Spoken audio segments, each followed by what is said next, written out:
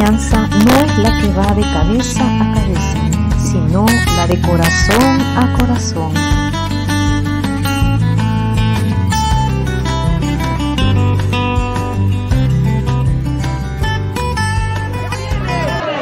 Así que los espías, después de 40 días, volvieron y dieron un informe desalentador al decir que la tierra de Israel sería imposible de conquistar. Escucha, hemos recorrido toda esta tierra. Es una tierra que nos engullirá como el sapo engulle al mosquito. Comparados con ellos, solo somos saltamontes. Eso es terrible. La tierra que exploramos es nuestra tierra. No teman a quienes habitan esa tierra. ¿Llegar hasta aquí para morir así? ¿Qué pasará con mi esposa? Después de todo esto, los israelitas, Ya que han despreciado la tierra que yo había elegido para que pudieran habitarla, no entrarán ahí. Habrán de vagar por el desierto durante 40 años y soportarán la carga de vuestra infidelidad. Muy buenas tardes, te saludamos siempre del Ministerio Monte Olivar. Es un privilegio para nosotros poderte saludar y poder llegar a tu hogar y a tu corazón con una nueva enseñanza más, bajo el tema de la misión de los 12 espías, el creer o el no creerle a Dios. Pero antes pondremos en manos del Señor esta linda enseñanza.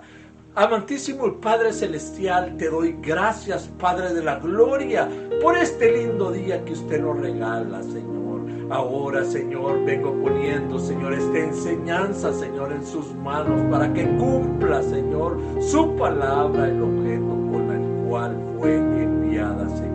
Lo presentamos para gloria de tu nombre, Señor. Oh Espíritu Santo, Señor, guía, Señor, nuestra lengua, Señor, guía nuestra boca, Señor, para edificación de tu reino, Señor. Amantísimo Padre Celestial, te agradecemos por todas esas bendiciones, Señor, que usted nos manda en el día a día, Señor. Ahora todo esto se lo pido en el poderoso nombre de su Hijo Santo, Jesús. Amén y amén. En el mundo, un gran número de personas no creen en Dios. Cuando les hablamos de Dios, dicen, no es posible, si Dios existiera, no habría todo este mal, ni tantas injusticias, ni tanto odio. Si Dios existiera, no aceptara la muerte de niños inocentes. Otros afirman que el universo es como una especie de superordenador. Cuando hayamos encontrado el código secreto, ya no se necesitará a Dios para explicar el mundo. Algunos están tan ocupados día a día, minuto tras minuto, que ven la vida como un gran juego de la oca. Saltan de casilla a casilla a toda rapidez pensando, Dios, esto no me interesa, esto sí me es útil. Y luego hay muchos que no han oído nunca hablar de Dios. La chispa en su corazón todavía no la han podido descubrir. Y por último hay quienes dicen que Dios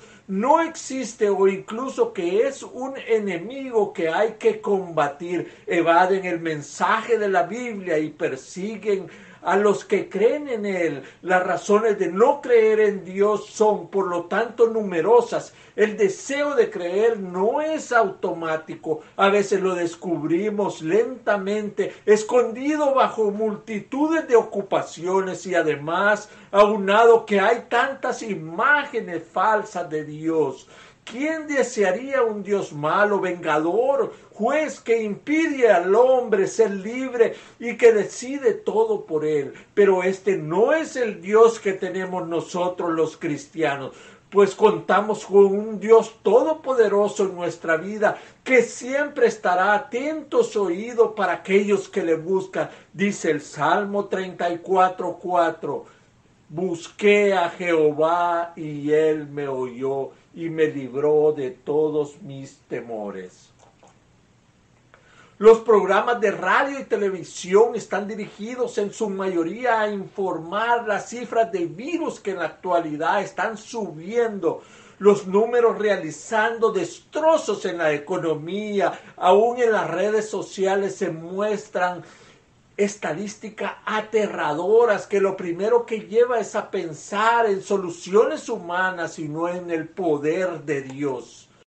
De los que creen y los que no creen en Dios de acuerdo a esta linda enseñanza plasmada en la palabra de Dios bajo el título Misión de los 12 espías de la tierra de Canaán. Esta historia se encuentra en el libro de Números, que según la palabra de Dios, la inicial del libro Bamidbar, que es en el desierto, pero la Septuaginta le puso el nombre de Números, debido al doble censo del pueblo de Israel que describe los capítulos del 1 al 3 y el 26. En realidad el título En el desierto habla más del contenido del libro por las travesías que vivió el pueblo de Dios en Israel en el cruce del desierto del Sinaí.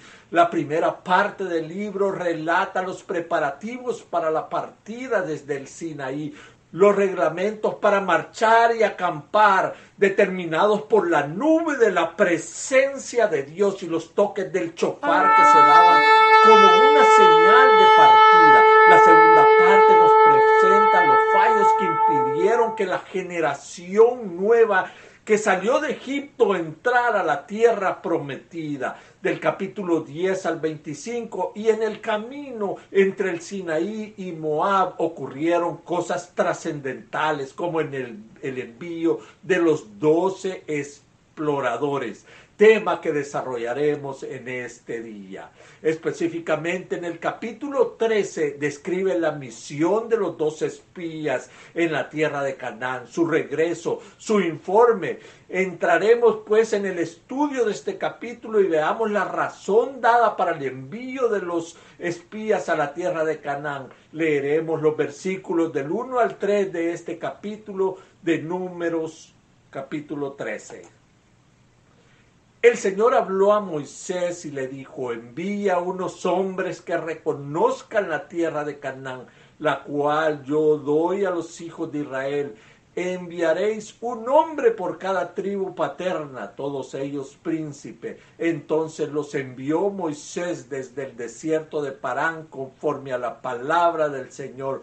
Todos aquellos hombres eran príncipe de los hijos de Israel.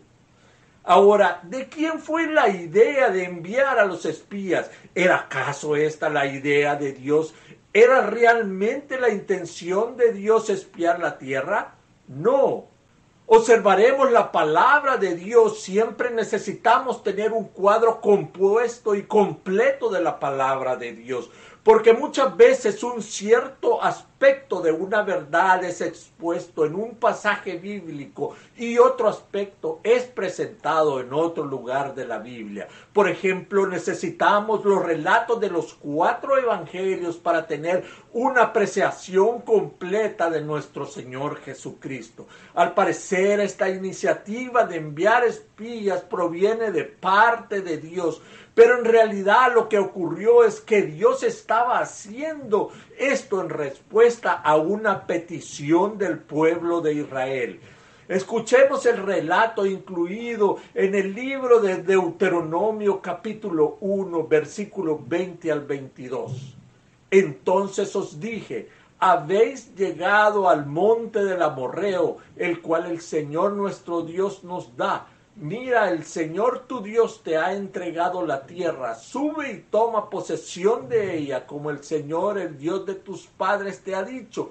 No temas ni desmayes, pero os acercáis todos a decirme: enviemos varones delante de nosotros que reconozcan la tierra, y a su regreso nos traigan razón del camino por donde hemos de subir y de las ciudades a donde hemos de llegar. Ahora podemos ver claramente que la idea de enviar espías a la tierra no fue de Dios. Él envió los espías porque denotó una debilidad y el temor de parte del pueblo. Había el temor de que quizás no serían capaces de conquistar la tierra. Había sido muy fácil que el pueblo se justificara diciendo que la prudencia aconsejaba la necesidad del envío de los espías, pero si era Dios quien les estaba guiando, de modo que esta solicitud demostraba más bien una falta de fe. no estaban confiando en Dios. Algo sabemos, Dios sabía todo en cuanto a la tierra. Él no les habría enviado a ese lugar si no supiera que no podían apoderarse de ella. Cuando por fin entraron en la tierra, los gigantes todavía estaban allí, así como todos los mismos problemas. Sin embargo, conquistaron la tierra. Pero ¿qué nos deja de importante este mensaje? ¿Andamos realmente por fe? Primeramente, esta tierra ya había sido entregada a Abraham y a su descendencia como pacto de sus orígenes. Veamos Génesis 15:18. En aquel día hizo Jehová un pacto con Abraham, diciendo: a tu descendencia daré esta tierra desde el río de Egipto hasta el río grande, el río Éufrates. Pero veamos también en Génesis 17:8. Y te daré a ti y a tu descendencia después de ti la tierra de tus peregrinaciones, toda la tierra de Canaán como posesión perpetua, y yo seré su Dios. Por supuesto que debemos adoptar precauciones, pero llega un momento en nuestro desenvolvimiento diario que nuestro Señor es el camino, como dice el salmista en el Salmo 37:5. Encomienda al Señor tu camino y confía en Él y Él hará. Usted y yo tenemos que llegar a un lugar y a un momento en nuestra vida en que encomendamos todos los caminos a nuestro Señor, confiados completamente en Él. Pero el Señor les otorgó lo que pedían. Esto cumplía una palabra. Está en el Salmo 106:15. Y Él les dio lo que pidieron, mas envió mortandad sobre ellos. Lo que les ocurría en esta ocasión será peor que cualquier escasez que ellos hubieran tenido. Ahora, después de demostrar su falta de fe y confianza en Dios, Él se dispone que envíen a los espías a la tierra, y así contesta su petición. Él ordena que se haga de una manera ordenada, pues Él es un Dios de orden, y que un príncipe de cada tribu sea escogido. Ahora, en este capítulo 13, los versículos 4 al 16, aparecen los nombres de todos estos espías que fueron enviados. Pero entre todos estos, los únicos que realmente nos interesa son los que aparecen en el versículo 6 y 8. Leamos estos dos versículos que nos hablan de la elección de los espías. El versículo 6 dice: de la tribu de Judá, Caleb, hijo de Jefone. Y el versículo 8 dice: de la tribu de Efraín, Oseas, hijo de Nun. Ahora, Oseas es otro nombre el cual fue designado también Josué. Entonces llega la primera parte del informe y dos hombres extraordinarios trajeron el reporte minoritario. Es decir, eran 2 personas contra 10 personas. Viéndolo porcentualmente, hablamos de un 16.67% contra el 83.33%. Leamos ahora los versículos 17 al 20 que describen la misión de los espías. Los envió pues Moisés a reconocer la tierra de Canaán, diciéndoles: subid de aquí al Negev y luego subid al monte, observar cómo es la tierra y el pueblo que la habita, si es fuerte o débil, escaso o numeroso, cómo es la tierra habitada, si es buena o mala, cómo son las ciudades habitadas, si son campamentos o plazas fortificadas, y cómo es el terreno, si es fértil o estéril, si en él hay árboles o no, esforzaos y traed de los frutos del país. Era el tiempo de las primeras uvas. Ahora los espías saben lo que deben hacer y están listos para entrar en la tierra y reconocerla. Pero veamos la palabra de Dios en el versículo 21. Ellos subieron y reconocieron la tierra desde el desierto de Sin hasta el Rehob, junto a la entrada de Amat. Al leer esto podemos ver que ellos se volvieron unos expertos y estaban cumpliendo la misión de una forma admirable. Los versículos siguientes mencionan los lugares a donde fueron y dice que vieron ahí a los hijos de Anac, los cuales eran gigantes. Leamos pues los versículos del 22 al 25 y dice la palabra del Señor. Subieron al Negev y llegaron hasta Hebrón. Ahí vivían Ahimán, Sesai y Talmai, hijos de Anac. Hebrón fue edificada 7 años de Zoán en Egipto. Llegaron hasta el arroyo Escol y allí cortaron un sarmiento con un racimo de uvas, el cual llevaron entre 2 en un palo, y también granados e higos, y se llamó aquel lugar el Valle de Escol, por el racimo que ahí cortaron los hijos de Israel al cabo de 40 días, regresando de reconocer la tierra.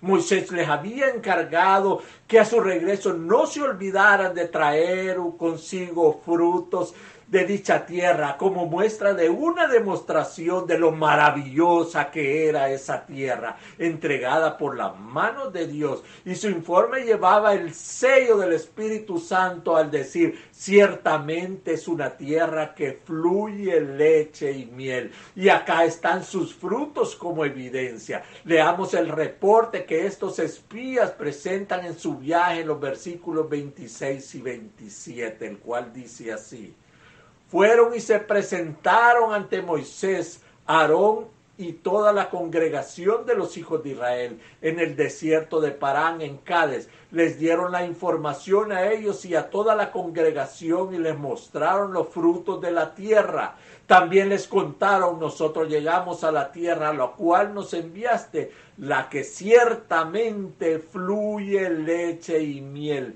Y estos son los frutos. Dios tenía toda la razón cuando dijo que era una tierra que fluye leche y miel, corría como el agua. Ellos solo estaban confirmando lo que Dios ya les había mencionado. Pero continúan dando su informe. Leamos los versículos 28 y 29. Pero el pueblo que habita aquella tierra es fuerte y las ciudades muy grandes y fortificadas. También vimos allí a los hijos de Anac. Amalek habita el Negev, el Eteo, el Jebuseo y el Amorreo habitan en el monte. El Cananeo habita junto al mar y la ribera del Jordán. Ahora, esto era la verdad, era una realidad que habían gigantes en la tierra. Las ciudades estaban amuralladas y bien protegidas. Su informe era correcto, pero lo interpretaron mal. Ahí fue donde se equivocaron. Y esta mala interpretación de los hechos la vemos también reflejada. Ahora leamos los versículos finales del versículo 31 al 33. Pero los hombres que subieron con él dijeron: no podemos subir contra aquel pueblo, porque es más fuerte que nosotros. Y hablaron mal entre los hijos de Israel de la tierra que habían reconocido, diciendo: la tierra que recorrimos y exploramos es tierra que se traga a sus habitantes. Todo el pueblo que vimos en medio de ella es gente de gran estatura. También vimos ahí gigantes, hijos de Anac, raza de los gigantes. Nosotros éramos a nuestro parecer como langostas y así les parecíamos a ellos. Cuando usted, mi querido amigo que me escucha, posee miedo en medio de las promesas de un gran Dios, su fe se debilita y verá las circunstancias a su alrededor mayores que ese poderoso Dios en nuestra vida, y sus ojos aumentarán todo de manera que parecerá de una dimensión mayor a la que realmente es. En aquella tierra había gigantes, pero aquellos hombres les recordaban aún más grandes de lo que realmente eran. Les parecían más grandes a causa del miedo que tenían.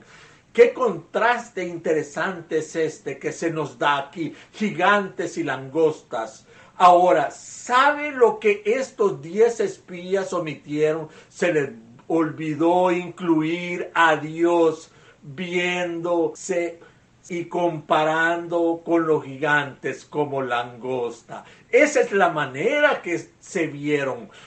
pero se les olvidó completamente que Dios es más poderoso que cualquier gigante en nuestra vida, acordándose que Dios había sido diferente en toda la trayectoria. Pero volvamos atrás una vez más y leamos el versículo 30, que constituye el informe minoritario, el único sin embargo que presenta. Entonces Caleb hizo callar al pueblo delante de Moisés y dijo: subamos luego y tomemos posesión de ella, porque más podremos nosotros que ellos. Ahora veamos que fue Caleb quien dio este informe, pero los otros lo contradijeron tratando de refutar todo lo que decía. Solo Josué estuvo de acuerdo con Caleb. Ahora contamos el cuadro completo. Este informe concordó perfectamente con los hechos. Habían dos diferentes puntos de vista a la interpretación de esos acontecimientos,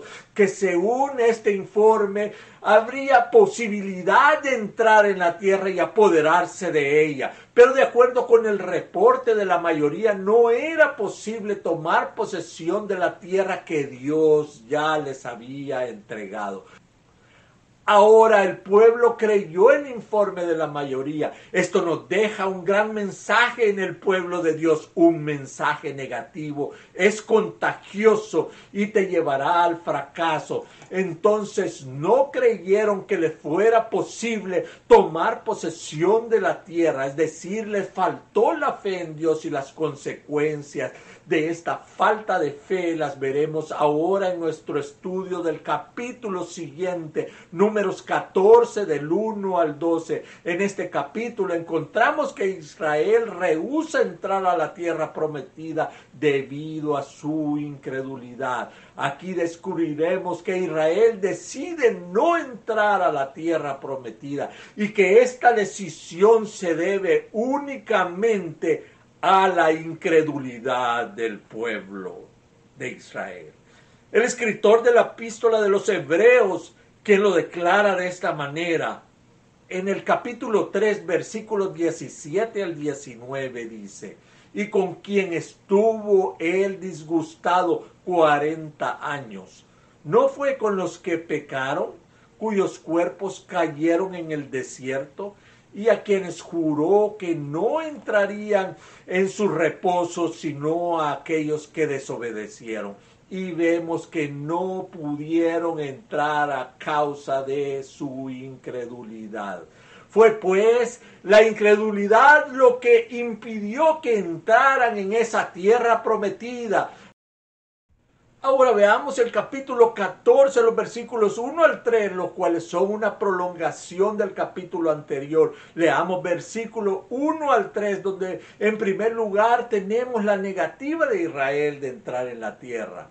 Entonces toda la congregación gritó y dio voces, y el pueblo lloró aquella noche. Todos los hijos de Israel se quejaron contra Moisés y contra Aarón, y toda la multitud les dijo: ojalá hubiéramos muerto en la tierra de Egipto, ojalá muriéramos en este desierto. ¿Por qué nos trae el Señor a esta tierra para morir a espada y para que nuestras mujeres y nuestros niños se conviertan en botín de guerra? ¿No nos sería mejor regresar a Egipto? El pueblo lloró mucho aquella noche, se sentían muy tristes pensando en su imaginaria situación desesperada. Se encuentra en un estado de ánimo tan vulnerable. Creen que sus familias caerían en poder del enemigo, acto que nos denota una no confianza en el Dios verdadero que había entregado la tierra. Usan a sus niños como excusa, pero realmente lo que hacen es señalar a Dios como si Él no estuviera en cuidado y plena seguridad de sus hijos. Y ¿saben ustedes quiénes entraron en la tierra prometida? Pues fueron precisamente esos mismos niños, es decir, la generación siguiente, ya que los mayores se sentaron a llorar y diciendo que estaban preocupados por la seguridad de los niños. Pero la verdad es que era Dios quien estaba en control de la seguridad de los niños. Y como veremos más adelante, Dios les trajo a la tierra. La verdad de las cosas era que no se estaba teniendo una plena confianza en Dios, de acuerdo a lo que Él había mandado. Ahora veamos los versículos 4 hasta el 9. Y se decían unos a otros: designemos un capitán y volvámonos a Egipto. Moisés y Aarón se postraron sobre sus rostros delante de toda la multitud de la congregación de los hijos de Israel. Y Josué, hijo de Nun, y Caleb, hijo de Jefone, que eran de los que habían reconocido la tierra, rompieron sus vestidos y dijeron a toda la congregación de los hijos de Israel: la tierra que recorrimos y exploramos es tierra muy buena. Si el Señor se agrada de nosotros, Él nos llevará a esta tierra y nos la entregará. Es una tierra que fluye leche y miel, por tanto no seáis rebeldes contra el Señor, ni temáis al pueblo de esta tierra, pues vosotros los comeréis como pan. Su amparo se ha apartado de ellos y el Señor está con nosotros. No los temáis. Ahora estos dos hombres, Caleb y Josué, presenciaron los mismos hechos que los otros, que no dieron buen informe. Pero ¿cuál era entonces la diferencia que había en su informe? La diferencia, mi querido oyente, estaba en su interpretación de los hechos. Porque mientras que 10 espías no lo hicieron, estos dos incluyeron a Dios en su informe. Ahora yo te pregunto, mi querido hermano, ¿cuál es tu actitud cuando hay presencia de gigantes en tu vida? ¿Te sientes como una langosta? Es entonces cuando debemos de clamar a Dios. Sin duda alguna, Él les conducirá a la tierra. Pero ¿cómo puede Dios mirar con agrado a aquellos que no están creyendo en Él? Nuestra vida debe reflejar a un Cristo de poder en nosotros. Ahora vemos que Josué y Caleb tienen mucha confianza en Dios. Actitud que se refleja en su lenguaje de positivismo y una fe sólida en su actuar. Ellos decían: tomemos la tierra que Dios nos ha entregado. Pero observemos lo que ocurre en el versículo 10. Entonces toda la multitud propuso apedrearlos, pero la gloria del Señor se mostró en el tabernáculo de reunión a todos los hijos de Israel. Acá podemos ver que cada vez que se presenta una rebelión, una murmuración, el señalamiento o la queja, la gloria de Dios aparece. Dios está sumamente irritado y disgustado por este tipo de actitud rebelde contra Él. Y en los versículos 11 y 12 dice: y el Señor dijo a Moisés: ¿hasta cuándo me ha de irritar este pueblo? ¿Hasta cuándo no me creerán con todas las señales que he hecho en medio de ellos? Yo los heriré de mortandad y los destruiré, y a ti te pondré sobre gente más grande y más fuerte que ellos. Dios está dispuesto a destruir a su pueblo y a cumplir sus promesas por medio de Moisés. Hemos visto en este pasaje bíblico el contraste entre la fe y la incredulidad.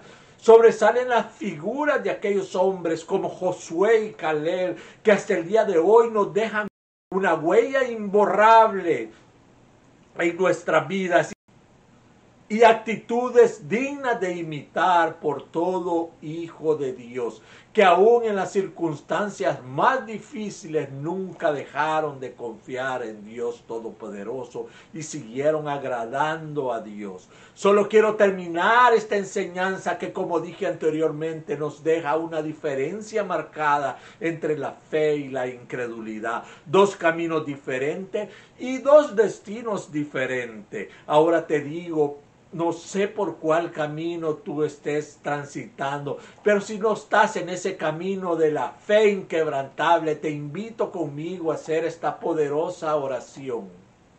Señor Jesús, yo te acepto como mi único y suficiente Salvador de mi vida y de mi alma. Señor Jesús, perdóname todo lo que te he ofendido, pensamiento, palabra y obra. Lávame y límpiame con tu preciosa sangre. Escribe mi nombre en el libro de la vida. Séllame con tu Espíritu Santo. Gracias, Señor.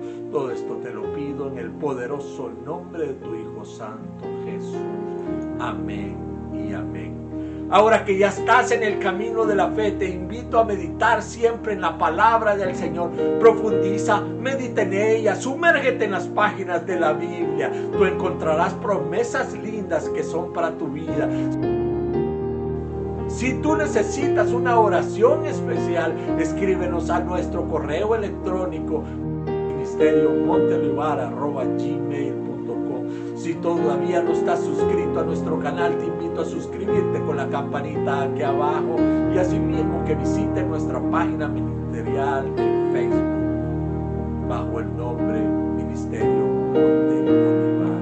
Es un privilegio para nosotros haber compartido contigo esta enseñanza y nos vemos en la próxima. Bendiciones.